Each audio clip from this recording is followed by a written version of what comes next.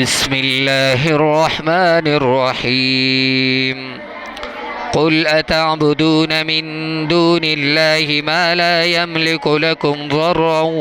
ولا نفعا والله هو السميع العليم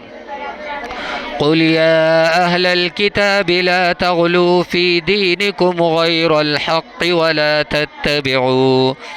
ولا تتبعوا أهواء قوم قد ضلوا من قبل وأضلوا كثيرا وضلوا عن سواء السبيل لعن الذين كفروا من بني إسرائيل على لسان داود وعيسى بن مريم ذلك بما عصوا وكانوا يعتدون كانوا لا يتناهون عن منكر فعلوه لبئس ما كانوا يفعلون ترى كثيرا منهم يتولون الذين كفروا لبئس ما قدمت لهم أنفسهم أن سخط الله عليهم وفي العذاب هم خالدون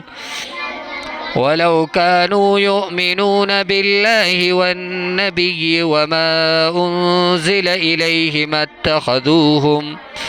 اتخذوهم أولياء ولكن كثيرا منهم فاسقون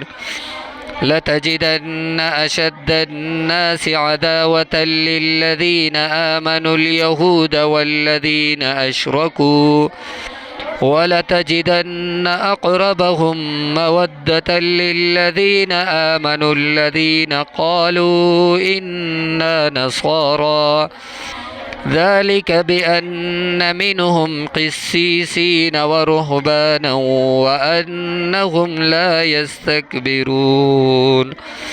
صدق الله العظيم والسلام عليكم ورحمة الله وبركاته